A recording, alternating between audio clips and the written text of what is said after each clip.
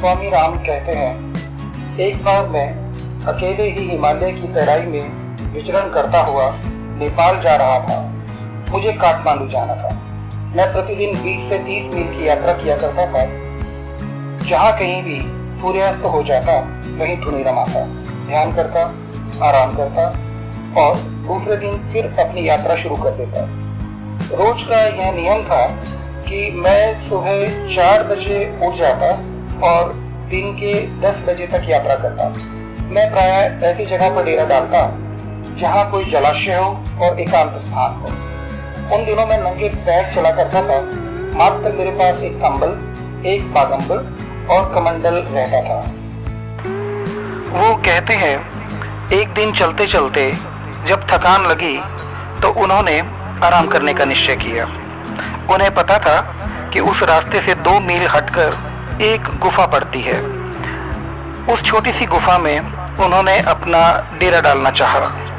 मार्ग में चलकर वो गुफा तक पहुंचे। गुफा में प्रवेश करने पर कंबल बिछाया क्योंकि वहाँ की जमीन कुछ उन्हें गीली प्रतीत हुई।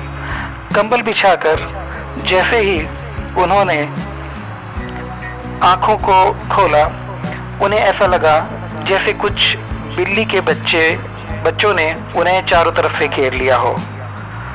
उन्होंने आंखें अंधेरे के अभ्यस्त करने के बाद थोड़ा गहरा कर देखा। वो बिल्ली के बच्चे नहीं थे बल्कि शेर के बच्चे थे और अपने पंजों से चारों तरफ उनके शरीर को टटोल रहे थे।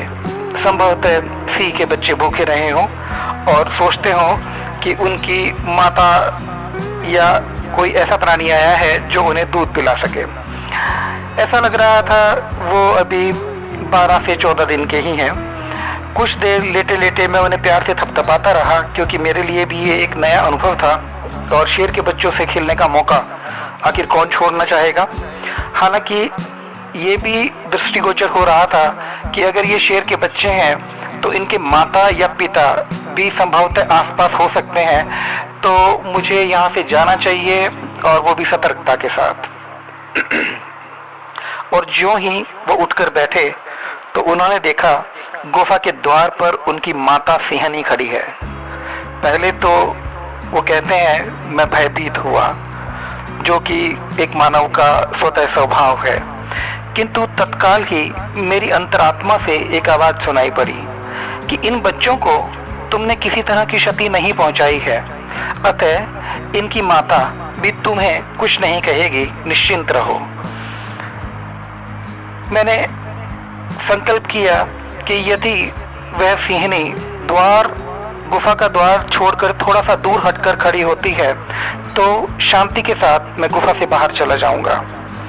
मैंने अपना कमंडल और कंबल इस उद्देश्य से थोड़ा हाथ में ले लिया।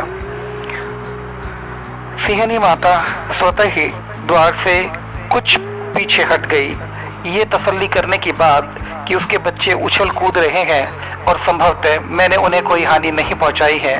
सिंहनी ने इस चीज को स्पष्टतः देख लिया था। मैं उठा और आराम से चहलकदमी करते हुए निश्चिंत भाव से गुफा से बाहर निकल गया। जब मैं गुफा के द्वार से लगभग 20-25 गज दूर चला गया, तब सिंहनी गुफा में प्रविष्ट होकर अपने बच्चों के साथ घुल मिल गई। इस प्रकार के अनुभव से हमें यह शिक्षा मिलती है कि हमें भय से ऊपर उठना चाहिए। जानवरों को अहिंसा और भय का ज्ञान आसानी से हो जाता है। फलस्वरूप वे स्वाभाविक रूप से शांत भी हो जाते हैं और क्रुद्ध भी। आत्मरक्षा के लिए सतर्क हो जाते हैं, किंतु मित्रता स्थापित होने पर वे सहायक भी सिद्ध होते हैं। विपत्ति आने पर एक मनुष्य दूसरे मनुष्य के हितों को भूल जाता है, किंतु जानवरों में ऐसा बहुत ही कम होता है। यद्यपि आत्मरक्षा की प्रवृत्ति सभी जीवों में समान रूप से पाई जाती है, फिर भी पशु जगत में मनुष्यों की अपेक्षा प्रेम तत्व अधिक स्थिर और शुद्ध होता है। उनके संबंधों पर विश्वास किया जा सकता है। मानवीय संबंधों में किसी न किसी चीज की अपेक्षा बनी ही रहती है, जबकि मनुष्य और पशु के बीच में किसी प्रकार की अपेक्षा नहीं होती, वहाँ शुद्ध प्रेम होता है। ये एक विकट और साहसी अनुभव था जिसकी मैंने कभी शायद कल्पना भी ना की होती, पर इस अनुभव ने मेरे हृदय से भय का काफी हिस्सा खत्म कर दिया था और पशुओं को समझने की जो एक स्वाभाविक ज्ञान होता है उसमें भी बढ़ोतरी की थी।